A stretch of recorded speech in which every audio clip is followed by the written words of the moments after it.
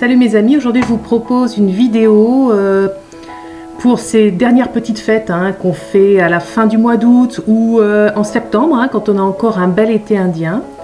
Il se trouve que mon fils qui a 20 ans a organisé une petite fête avec des amis et j'en ai profité, je me suis un petit peu incrustée et j'en ai profité pour vous faire une jolie petite vidéo sur mes petites idées à moi. Sur ce que c'est qu'une jolie petite fête comme ça, une petite soirée au bord de l'eau quand il fait beau. En toute honnêteté, j'aurai peu de visuels de la soirée. Là, vous voyez quelques images, mais c'est vrai que je n'ai pas voulu déranger ces jeunes gens qui ont eu la gentillesse donc, de jouer les acteurs pour ma chaîne YouTube. Et donc vous aurez très peu de visuels, mais ne vous inquiétez pas pour les DIY, par contre ça sera très détaillé. Alors la veille, on a beaucoup travaillé, enfin on a beaucoup travaillé, c'est aussi un amusement pour créer cette petite ambiance au bord de l'eau. Et puis comme d'habitude, je vais vous dire mon avis, mon goût à moi, mes petits conseils sur les must-have, ce qu'on doit faire pour créer une jolie petite décoration d'extérieur. Même si vous n'avez pas de piscine, ça peut être sur une terrasse, une véranda, une pergola, enfin un jardin, voilà. Donc je vais un petit peu aller dans le détail de tout ce qu'on a fait. D'abord, on a mis des parasols à double emploi, c'est-à-dire que dans l'après-midi, évidemment, ils servent à se protéger du soleil, mais je les utilise aussi le soir quand j'ai des invitations comme ça pour suspendre des lumières, parce que ça me fait des poteaux et je peux suspendre des lumières donc au-dessus des tables grâce au parasol. Je l'ai déjà dit dans d'autres vidéos précédentes, pour toutes mes petites soirées comme ça en extérieur, je mets toujours des coussins.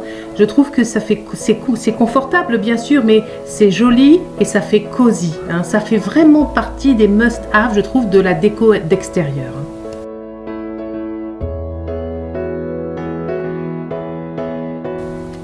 Il n'y a pas de soirée à l'extérieur sans lumière d'été.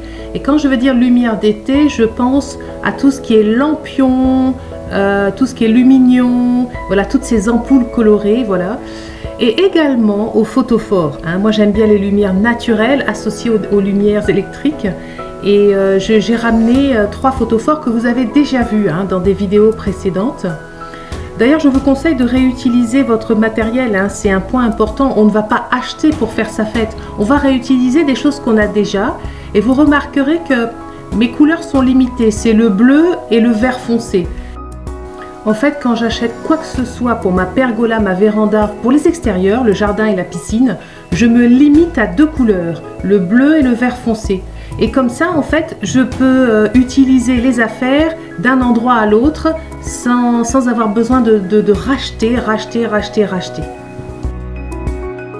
Alors oui, il vous faudra prévoir, s'il y a une baignade, les serviettes, en nombre suffisant, qu'elles soient sèches, propres. Vous avez remarqué aussi qu'elles sont vertes. Tout est en accord, comme ça je n'ai pas besoin, comme j'ai dit, de racheter les mêmes affaires en X exemplaires. Voilà, on a fini de tout installer et on attend maintenant les amis. Voilà, il n'y a plus qu'à recevoir tout ce petit monde pour vos terrasses, pour vos fêtes en extérieur. Moi, je reviens sur quelques points, les couleurs coordonnées, les lumières festives, les photophores, les coussins, les galets de chaises. Parfois, on peut mettre des petites plantes, des fleurs, de jolis plateaux, des distributeurs de boissons fraîches, de la citronnelle pour les moustiques, et toutes sortes d'idées comme ça, assez sympathiques. Bon, on va attaquer les DIY. Je pense que vous attendez avec impatience. Je n'aurai pas de super visuel de la soirée. En plus, je n'ai pas vraiment fait ce que je voulais. C'est mon fils qui a géré.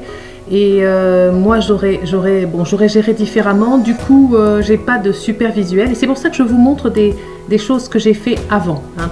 Donc, vous avez vu qu'en fait, j'ai fait des dessous d'assiettes ou on va dire des plateaux. Peint avec de la peinture pour tableau noir parce qu'il m'en restait de précédents DIY, et j'ai fait aussi des verres et des bouteilles.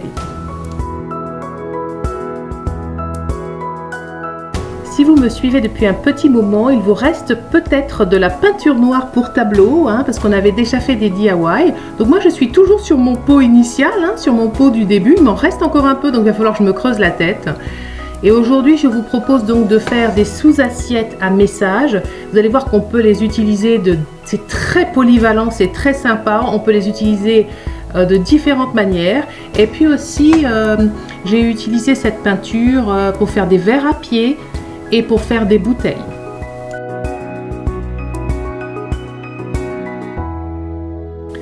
Alors je me suis procuré en fait des plaques. Vous en avez de toutes les formes, hein, rondes, voilà, vous avez même des formes type des nuages, etc. Et ces plaques-là, on n'a pas besoin de les poncer, de les préparer, hein. Je me les ai procurées dans un magasin qui s'appelle Zodio, mais il y en a dans tous les magasins d'art plastique. C'est des espèces de plaques en carton en fait, hein. Ce qui est pratique, c'est assez rigide, il y a toutes les formes, toutes les tailles, et je vous dis, il n'y a aucune préparation à faire. Donc ce que j'ai fait, c'est que j'ai passé une première couche de peinture, hein, hyper classique. Vous avez déjà vu mes vidéos sur le sujet, donc on a déjà fait de la peinture pour tableau noir. Donc j'ai passé une première couche et puis j'ai suivi les instructions qui étaient sur le pot, et 24 heures après, je suis venue passer la deuxième couche. Il y a un très long temps de séchage, hein. Regardez bien les instructions que vous avez sur le pot de peinture.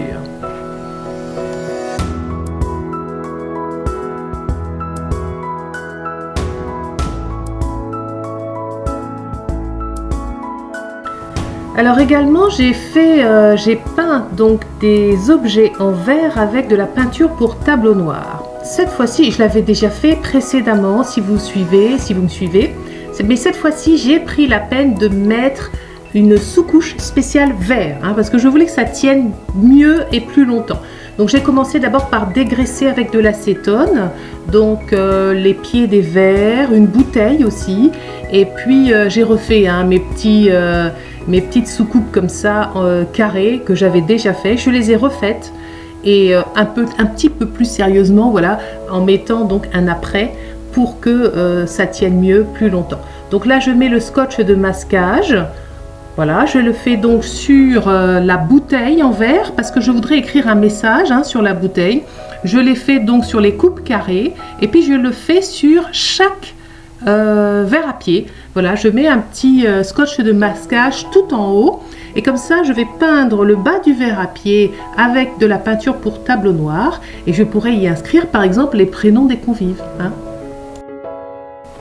Un petit conseil donc pour les verres à pied, il faut prendre une base assez large, hein. Donc moi j'ai acheté mes verres à pied chez Carrefour, d'ailleurs c'est la marque Carrefour, hein, parce que je voulais pas non plus voilà, mettre trop cher, mettre trop d'argent là-dedans.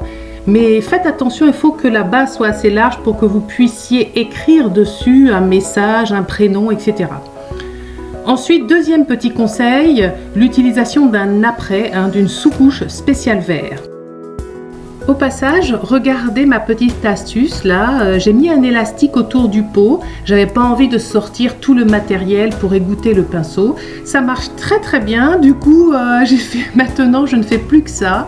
Donc mettre un élastique autour du pot ouvert pour y frotter le pinceau, voilà, pour éviter que la peinture ne goûte.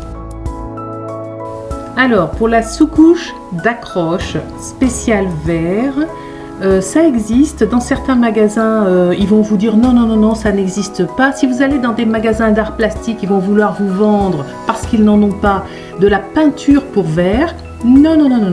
Moi j'ai trouvé tout ça chez Bricorama, ils ont tout ce qu'il faut. Ils ont de la sous-couche spéciale pour le fer, pour le plastique, pour le verre, etc. Vous achetez ça, et c'est ça qu'il faut pour mettre sous la peinture pour tableau noir. Bien sûr, les verres ne passent pas au lave-vaisselle, hein, quand même, hein, il ne faut pas non plus exagérer, hein, mais ça aide pour une meilleure tenue sur le long terme. Mais vos verres, vous devrez les laver à la main. Donc j'ai passé ma sous-couche, évidemment j'ai attendu 24 heures que ça sèche, et puis ensuite je suis venue passer ma première couche de peinture pour tableau noir. J'ai attendu 24 heures, puis je suis revenue pour passer la deuxième, et puis j'ai suivi tout simplement les instructions de séchage comme pour les dessous d'assiette. Quand tout est sec, quand tout est prêt, hein, respectez bien les temps de séchage hein, en fonction de ce qui est écrit donc, sur votre pot de peinture pour tableau noir. Ben, après, il ne vous reste plus qu'à laisser parler votre imagination. Donc, nous avions décidé d'écrire les prénoms hein, donc au pied des verres à pied. Mais bon, on peut écrire d'autres messages sympathiques. Je n'avais pas assez de verre à pied pour le nombre d'invités. Hein. Donc, on a complété ça avec des petites étiquettes noires sur lesquelles on peut écrire, que j'avais trouvé chez Ikea. Donc, on a écrit les prénoms sur les étiquettes et puis on les a enroulés avec de la ficelle au pied des verres qui n'étaient pas peints en noir à la base. Voilà. Comme vous voyez d'ailleurs à l'écran. Hein. Donc c'est mon fils aîné hein, qui fait ces petits préparatifs là, c'est son imagination à lui, vous allez voir, il a des idées différentes des miennes et c'est vrai, et ça change un petit peu. D'habitude vous me voyez faire les DIY et ce coup-ci c'est sa fête, alors il a décidé d'écrire sur la bouteille Fresh Water. Voilà, et je trouve ça assez sympathique, voilà, on peut écrire Drink me, bois-moi, enfin, chacun peut écrire de l'eau fraîche, etc. Ah oui, ça c'est intéressant, j'avais acheté ces petits pics hein, qu'on met dans les jardinières, on peut écrire dessus des choses, c'est pour piquer dans les gâteaux, dans les cakes, etc. Donc il a eu pas mal d'idées, il a écrit miam, il a écrit faim, il a écrit mangez-moi, et je trouve ça assez sympathique.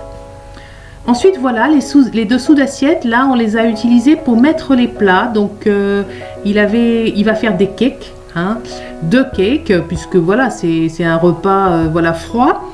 Et il écrit au-dessus, alors le premier c'est tomates séchées chèvre, et l'autre, je ne sais plus ce que c'était, jambon olive, voilà. Donc, il a fait ça aussi avec des assiettes dans lesquelles il va mettre de la pizza et de la fougasse. Pour les fêtes d'été, les barbecues, etc. Moi, j'aime bien les boissons un petit peu type mojito, pina colada. Et là, aujourd'hui, cette fois-ci, on avait choisi de faire de la sangria. Alors, je vous dis tout de suite, c'est notre recette perso. Parce que normalement, la sangria, bon, on met du vin rouge, au vin rouge, voilà. Et on y met du Cointreau. Et on était persuadés d'avoir du Cointreau hein, dans le bar. Et en fait, il s'est avéré qu'on n'en avait pas. Du coup, on a fait une sangria avec tous les restes d'alcool qui nous tombaient sous la main. Donc, on a mis de la liqueur de mandarine et un reste de Grand Marnier. Eh bien, écoutez, je dois vous dire que c'était très, très, très, très bon. Finalement, mon fils m'a dit, ils m'en ont même pas laissé. Il m'en a même pas fait goûter. Voyez un petit peu cet ingrat. Je l'aide à préparer sa fête, je lui donne ma recette de la sangria. Il prépare sa sangria, même pas il me la fait goûter. Alors moi j'en ai été réduite hein, à manger les fruits, hein, parce qu'il a servi la sangria sans le citron et l'orange. C'est vraiment dommage, hein, parce que le citron, c'est du citron bio hein, et des oranges bio que vous devez prendre. Mais si vous voulez, la sangria, on la fait la veille, donc et puis on la met au frigidaire pendant 24 heures. Et le lendemain, les agrumes étaient imbibés de vin rouge, voilà, et de liqueur de mandarine, etc. C'était délicieux. Et en fait, lui, il a servi la sangria, mais sans y mettre les petits morceaux de fruits pour ses amis. Et puis quand la sangria est revenue en cuisine, il n'y avait plus rien. J'ai même pas pu la goûter, mais il paraît qu'elle était très bonne. Et du coup, je me suis vengée, j'ai mangé tous les agrumes qui restent.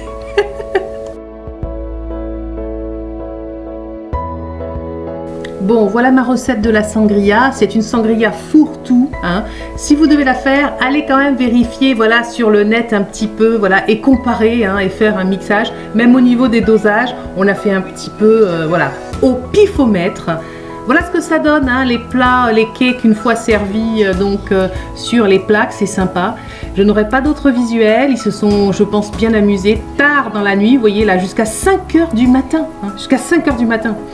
Ah, c'est beau la jeunesse, hein, c'est beau d'avoir 20 ans. Hein.